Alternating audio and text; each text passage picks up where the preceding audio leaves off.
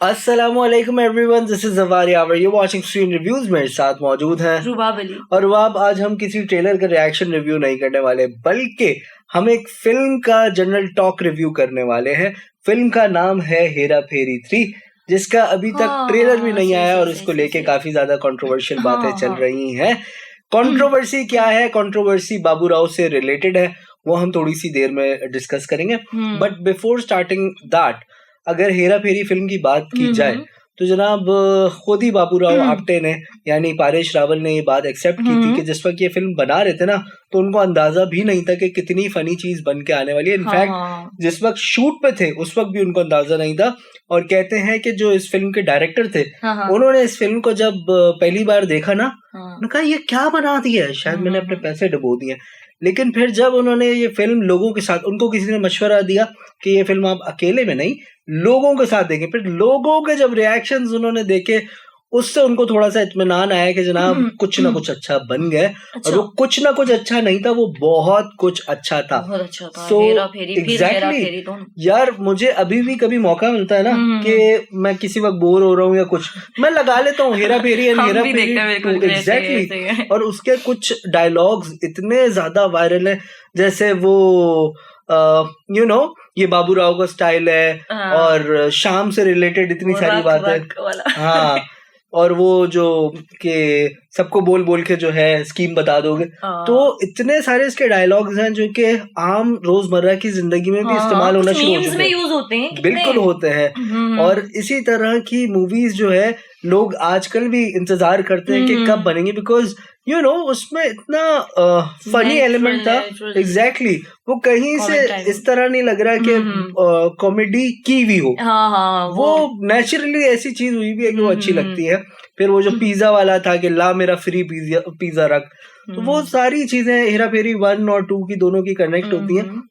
हेरा फेरी 1 में बाबू राव का जो है एक छोटा सा गैरेज होता है और उनका छोटा सा घर होता है, जिसमें पहले जो है अक्षय कुमार रह रहा होता है। नहीं, शाम रह रहा होता है, अक्षय बाद में आता है। नहीं, अक्षय रह रहा होता है, शाम बाद में आता है। अच्छा, हाँ, yes. हाँ, सही है। हाँ, फिल्म के सीन वाइज जो है अक्षय का थोड़ा सा रोल बाद में आता है, बिकॉज वो उनको बताता है कि यहाँ पे एक और लड़का भी। बहरहाल तो इस तरह का सीन था। उसके बाद उनको किस तरह से जो है वो जो कबीरा स्पीकिंग, वो जो बंदा होता था तो जिसने किडनैप किया था बच्ची को, तो वो हो गया। उसके अलावा वो जो स्टार फिशरीज था कि रक तो इतने सारी चीजें है ना, मतलब अगर रिकॉल करने पे आए तो शायद टाइम खत्म हो जाएगा, लेकिन बातें खत्म होने वाली नहीं है।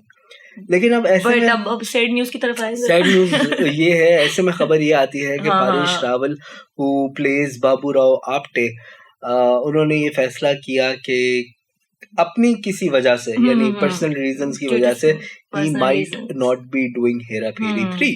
Now that's very strange because पिछले 2-3 साल से चर्चे चल रहे थे कि ये फिल्म आने वाली है। एग्जैक्टली, लोगों की रिक्वेस्ट पे ये बनाई जा रही थी। अच्छा, if I'm not wrong, तो क्या इसकी डेट भी इशू हुई थी क्या? यार पता नहीं, कुछ लोग कह रहे हैं टीजर आ गया था। मेरी नजर से कह रहे हैं कि बाबू राव, हाँ, मेरी नजर से कंट्रोवर्सी के अबाउट, मतलब हम बता रहे हैं कि कुछ चीजें ऐसी हुई हैं कि नहीं, जो टीजर है ना वो मेरी नजरों के सामने से नहीं गुजरा। कहा यह जा रहा है कि अक्षय कुमार ने बाबू राव पे केस कर दिया है। अच्छा, और कई जगहों पे कहा जा रहा है कि उनके जो डायरेक्टर हैं उन्होंने इस बात को एडमिट किया कि Akshay Kumar was crying when, जब बाबू राव ने मना किया। देखिए अब केस क्यों हुआ, पहले तो मैं ये क्लैरिफाई कर देता हूँ। केस इस वजह से हुआ कि फिल्म में जब भी आप कोई काम करना शुरू होता है तो सबसे पहली चीज होती है कॉन्ट्रैक्ट। अगर आप कॉन्ट्रैक्ट पे साइन कर भी देते हैं तो भी आपके पास कुछ दिनों का टाइम होता है, यानी जितने भी ऑफिशियल कॉन्ट्रैक्ट होते हैं उसमें कुछ दिनों का टाइम होता है जिसमें आप चीजें रिवर्ट बैक भी कर सकते हो, पैसे अगर आपने नहीं लिए या कुछ। लेकिन ये है पहले काइंड ऑफ। और दूसरा सीन ये है कि अगर आपने पैसे ले लिए और शूट स्टार्ट हो गई तो बीच में छोड़ के जाना, दैट्स कॉन्ट्रैक्चुअल ब्रीच। और शायद इसी तरह की कोई चीज हो गई है पारेश रावल से। दैट्स वेरी स्ट्रेंज के किस तरह की एक सिचुएशन आ गई है। अक्षय कुमार की प्रोडक्शन इसमें जो है इन्वॉल्व है और उनकी प्रोडक्शन हाउस गालिबन इस फिल्म को लेके काम कर रही थी, और इसीलिए अक्षय कुमार ने कहा है कि now he will go for the court कचहरी के मामला। I don't think this is something good because दोनों ही क्लास के एक्टर्स हैं। अक्षय कुमार की अपनी एक क्लास है और परेश रावल तो उनके तो करीब करीब अगर मैं कॉमेडी में बात करूँ ना, कॉमेडी में 3-4 लोग हैं। एक ये हो गए, एक राजपाल यादव, एक जॉनी लीवर। यार इन जैसे लोग ना, राजपाल यादव चुपके छोटा सा जो है, तो दे आर कॉमेडी किंग। मतलब ये जिस मूवी में आ जाए ना तो ना चाहते हुए भी जरूरत नहीं पड़ती मुझे तो इनके लिए, तो स्क्रिप्ट की मतलब इनके अपना नेचुरल जो होता है वो स्क्रिप्ट। अच्छा, परेश रावल ने कुछ ऐसी भी बात बीच में की कि वो चाहते हैं कि उनके ऊपर जो एक ये लग गया था ना कि वो सिर्फ कॉमेडी ही कर सकते हैं, तो वो शायद इस छाप को मिटाना चाहते हैं। इसीलिए संजू जैसी फिल्म में उन्होंने संजय दत्त के वालिद साहब का किरदार निभाया। और भी बहुत सी मूवीज हैं जो सीरियस है बिल्कुल, लेकिन अब आप ये देखें ना, संजय दत्त का वालिद का किरदार निभाना बहुत मुश्किल था। सुनील दत्त की अपनी हाइट बहुत ज्यादा थी, उनका जो पूरा उनका जो चेस्ट था वो एकदम सीना तान के चलते थे वो। लेकिन अगर मैं इनकी बात करूं तो परेश रावल की हाइट इतनी ज्यादा नहीं है, लेकिन फिर भी उस फिल्म में उन्होंने इस तरह से वो रोल निभाया है, बहुत ही जबरदस्त। और इनकी पहले जो मेरे ख्याल से नायक से पहले भी मूवीज जो आई हैं उनमें, जिनमें इन्होंने अक्सर विलन का जो रोल किया है। अच्छा, मुझे इनकी ज्यादातर फनी वो याद है। एक में तो वो माला माल वीकली, जिसमें वो बंदा जो है ना लॉटरी जीतता है और उसका जो है इंतकाल हो जाता है या पता नहीं, और एक वो वाली फिल्म थी। और भी बहुत सारी, वेलकम हो गई, और भी बहुत सारी, मतलब कॉमेडी फिल्म्स तो इतनी है ना, नाम लेते लेते थक जाएंगे। तो यार ये बड़ा अजीब सा सिनेरियो क्रिएट हो चुका है। ऑडियंस को आई डोंट नो, ऑडियंस तो चाह रही है कि फिल्म आए, लेकिन अब देखे ना, अगर किसी की जाती राय ये है, मतलब एज एन एक्टर अगर वो किसी वजह से परेशान है या फिर वो नहीं करना चाहते ये कैरेक्टर, तो जबरदस्ती नहीं कर सकते।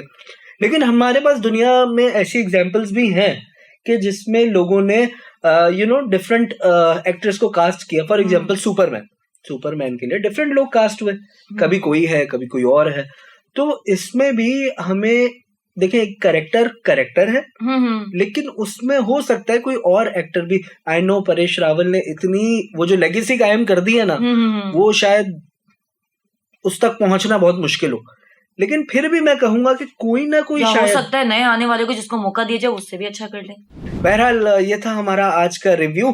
I hope you guys enjoyed it. अगर आपके पास भी कोई स्पेशल न्यूज है फ्रॉम हेरा फेरी 3 तो लाजमी कमेंट्स में बताते जाइएगा। अगर हमारी ये वीडियो पसंद आई है, इससे आपको कुछ एक्स्ट्रा सीखने को मिला, समझने को मिला, या फिर आपकी नॉलेज में इजाफा हुआ, तो लाजमी इसको जो है लाइक कीजिएगा, अपने दोस्तों के साथ शेयर कीजिएगा। And that's it from our side. फिर मुलाकात होगी एक और अच्छी सी वीडियो में, तब तक के लिए अपना बहुत सारा ख्याल रखिएगा। अल्लाह हाफिज।